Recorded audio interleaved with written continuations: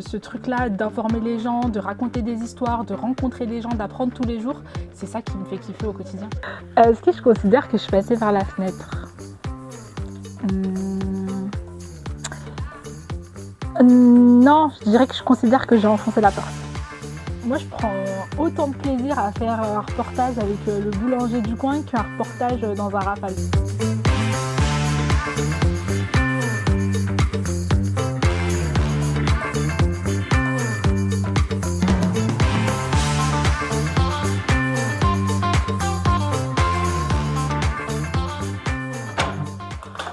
Bonjour.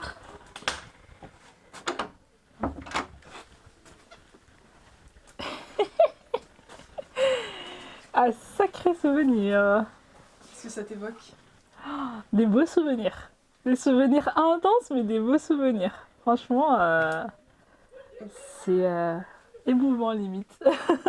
C'est un de mes reportages. C'est marrant ça, c'est un de mes reportages que j'avais fait à Sud-Ouest quand j'étais en stage l'été en Master 1. C'est drôle, c'est mes premiers reportages. Je m'en rappelle en plus. Hein. Alors la prépa égalité des chances, c'est un dispositif qui a été mis en place par l'ESI Lille et le Bondi Blog pour permettre à des étudiants issus de milieux modestes de postuler au concours des écoles de journalisme. Et donc c'est une prépa qui les aide pendant 1 an, à la fois financièrement mais aussi matériellement en leur donnant des cours, des fiches, des conseils, des oraux blancs pour qu'ils soient le mieux préparés. Clairement, ça change la vie de faire partie de la prépa égalité des chances parce que déjà on rencontre une famille, on rencontre des gens vraiment absolument géniaux et puis au-delà de ça, ça nous a vraiment aidé à passer les concours des écoles de journalisme. Là, la belle époque. Bon, en même temps, il y avait des souvenirs quand même. Enfin, la belle époque, oui et non, hein, parce que c'était dur. Hein. Et mon petit reportage. Ouais, je m'en rappelle. Trop drôle.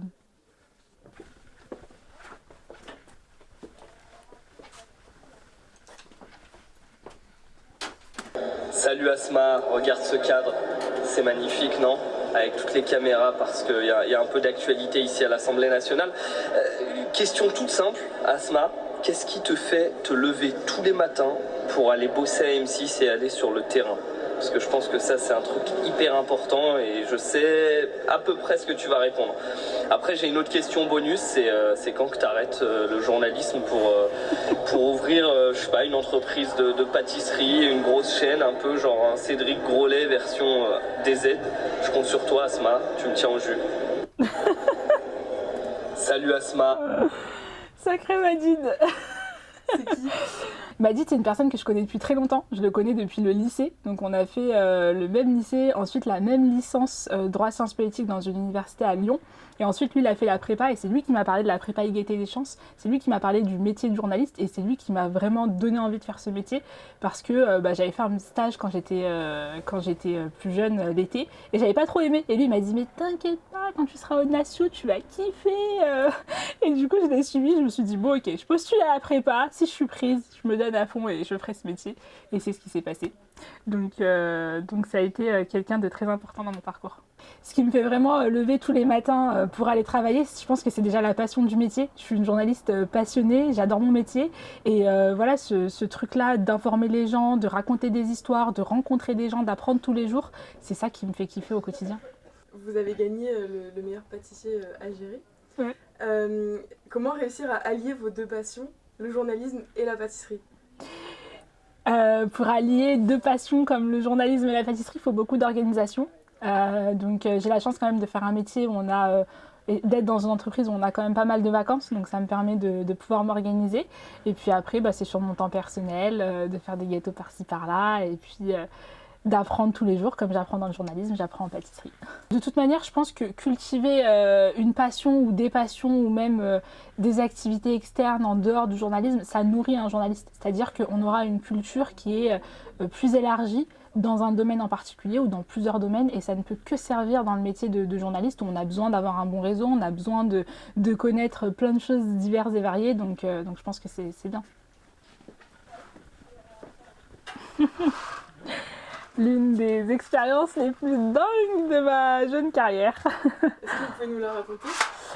Je suis montée dans un Rafale l'année dernière pour les répétitions du 14 juillet et c'était incroyable. J'ai dû passer une visite médicale de 4 heures en amont pour être sûre que je suis apte physiquement à monter dans cet appareil et c'était dingue. Moi, je prends autant de plaisir à faire un reportage avec le boulanger du coin qu'un reportage dans un Rafale. Donc je dirais que tous mes reportages sont fous, entre guillemets, d'une manière ou d'une autre. Après, il y en a qui sont plus marquants parce qu'il y a des personnes à qui on s'attache en reportage. Il y a des expériences qui sont plus marquantes comme celle-ci. Ou encore quand je suis allée à Mayotte récemment, c'était aussi très marquant. J'y suis allée après le cyclone donc pour couvrir la catastrophe naturelle et du coup, c'était assez difficile. En tant que journaliste tout-terrain, jusqu'où iriez-vous pour l'info? C'est une très bonne question. Je pense que je suis prête à beaucoup de choses sans trahir mes valeurs, sans trahir qui je suis et sans mettre ma vie en danger non plus.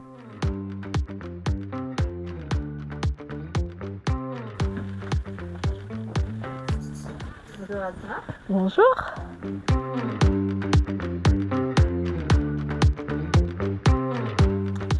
En fait, je pense que le regard que l'on porte sur l'actualité est différent d'une personne à l'autre, d'une manière générale, puisqu'on a des vécus différents. Donc, en réalité, c'est pas une question de CSP+, ou de milieu social modeste, c'est une question de vécu. En fonction du vécu qu'on va avoir, on va avoir déjà une sensibilité plus ou moins importante par rapport à certains sujets.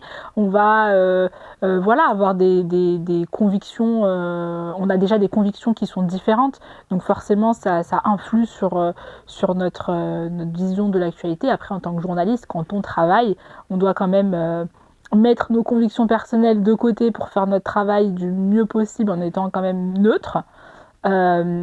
Et après, par contre, ça peut nous influencer sur nos propositions de sujets. Et ça, je trouve ça superbe que, en fonction de notre vécu, de nos histoires, de notre entourage, de ce qu'on connaît aussi, ce qui nous a formés en tant que personne. J'étais étudiante boursière échelon 7 à l'époque.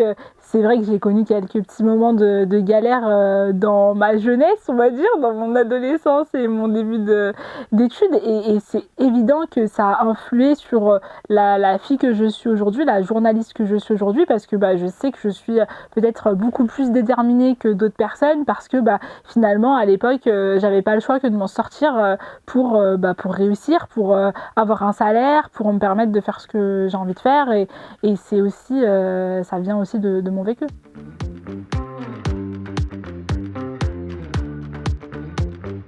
Alors, ce qu'il faut savoir, c'est que la prépa égalité des chances, elle a été créée et elle est née d'un constat, c'est qu'il n'y avait pas de diversité du tout dans les médias il y a 15 ans en arrière, où il y en avait très très peu.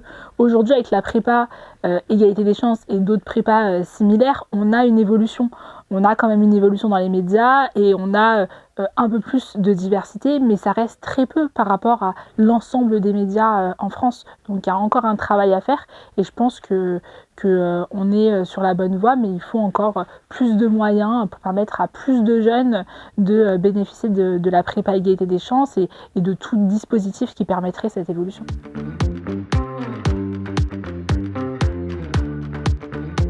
Il y a eu des améliorations puisque M6 est maintenant partenaire de la prépa égalité des chances depuis 2 ans. Donc on accueille des stagiaires chaque année.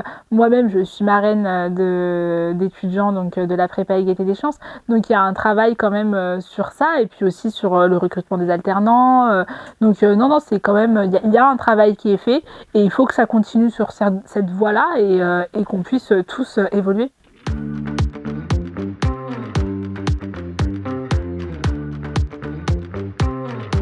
Moi, je vais répéter ce que je dis toujours sur mes réseaux sociaux.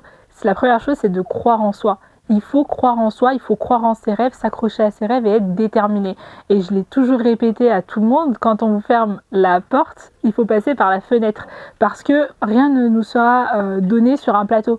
il va falloir se battre, qu'on soit issu d'un milieu défavorisé ou pas, hein. Parce que dans le milieu du journalisme, c'est compliqué. Ça reste un milieu très précaire, ça reste un milieu où il y a peu de place, il y a beaucoup de journalistes pour peu de place. Donc déjà, tous les journalistes d'une manière générale doivent se battre, mais alors encore plus quand tu es issu d'un milieu modeste déjà pour accéder à une école de journalisme. C'est ça le plus difficile, j'ai envie de dire, c'est d'accéder déjà le plus dur, c'est de se dire bon, j'ai envie d'être journaliste, je veux le faire et je peux le faire, et puis ensuite de mettre tous les moyens en place, notamment avec les dispositifs Prépa Égalité des chances, et il y en a d'autres, donc de croire en soi et voilà, et de se dire je peux faire, je vais le faire et je vais réussir.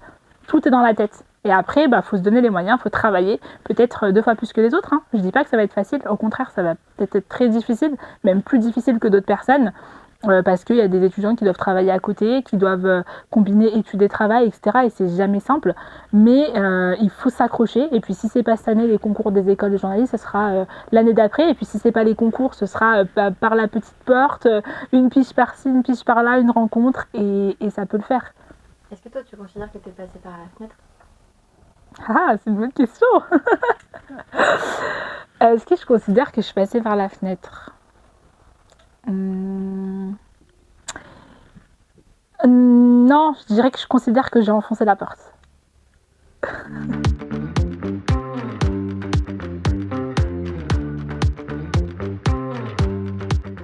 Asma, j'ai juste une petite question pour toi. Et bien sûr, c'est lié à la prépa égalité des chances. Je voulais savoir si ça reste une étiquette qui reste collée à toi, d'avoir fait cette prépa ou pas. C'est une bonne question. Franchement, je ne pense pas que c'est une étiquette qui reste collée à moi. Quand on me voit, on se dit pas « Ah, c'est la journaliste qui a fait la prépa égalité des chances », déjà parce que ceux qui ne sont pas concernés par cette prépa ne la connaissent pas. Et la plupart des gens ne la connaissent pas en réalité. Donc moi, à l'heure actuelle, je suis juste journaliste à M6. Je suis pas journaliste de la prépa égalité des chances à M6. Maintenant, c'est plutôt moi qui reste attachée à cette prépa. C'est moi qui ai envie de rester attachée aussi à cette prépa parce que j'estime que elle m'a énormément aidée et qu'aujourd'hui, c'est à moi d'aider les étudiants qui passent par là, et c'est à moi aussi de les conseiller et de leur transmettre ce que j'ai pu acquérir comme compétences, comme connaissances en 5 ans et demi maintenant d'exercice dans le milieu professionnel.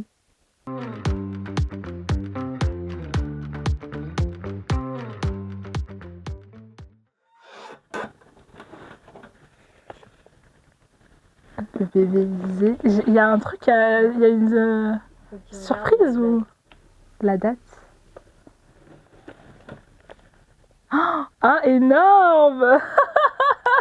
Ah, vous êtes fort. C'est trop drôle. La une, c'est le bébé de l'Élysée.